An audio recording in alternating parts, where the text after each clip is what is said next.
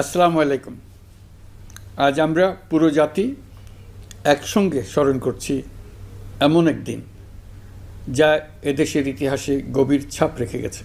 5ই August শুধু একটি বিশেষ দিবস নয়, এটি একটি প্রতিজ্ঞা, গণজাগরণের উপাখ্যান এবং ফ্যাসিবাদী শাসন থেকে জাতির পুনর্জন্মের দিন।